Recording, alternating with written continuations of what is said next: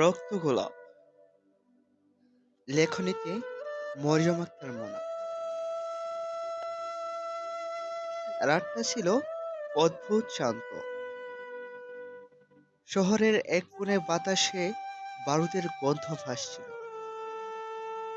চাঁদের আলোয় একদল মুখোশধারী মানুষ নিঃশব্দে ঘিরে ফেলল চৌধুরী ম্যানশন। শহরের প্রভাবশালী বিজনেসম্যান আজমল চৌধুরীর বাড়ি। ভেতরে তখন জন্মদিনের উৎসব চলছে। আজমল চৌধুরীর ছোট মেয়ে স্মিতার 18তম জন্মদিন। হাসি, গান, আলোয় ভরা চারদিক। কেউই টের পায়নি মৃত্যু কতটা কাছে এসে দাঁড়িয়েছে। এক মুহূর্তের মধ্যে সব বদলে গেল। প্রচণ্ড বিস্ফোরণে দোতলার দেয়াল উড়ে গেল।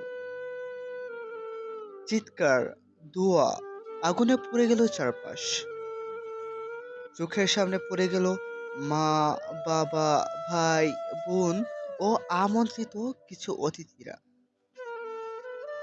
কেউই জানতো না ওরা কারা।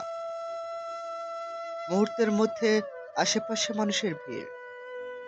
প্রেস মিডিয়া হইচই পড়ে গেল।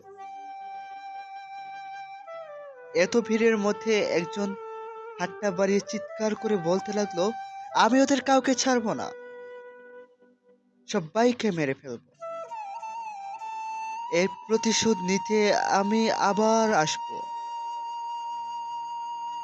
হাতে এক মুঠো ছাই নিয়ে ভিড়ের মধ্যে সে হারিয়ে গেল। কিছুদিন এই ঘটনা নিয়ে হইচই হলেও পরে ধামাচাপা পড়ে গেল। এই ঘটনার পর কেটে গেল 5টা বছর।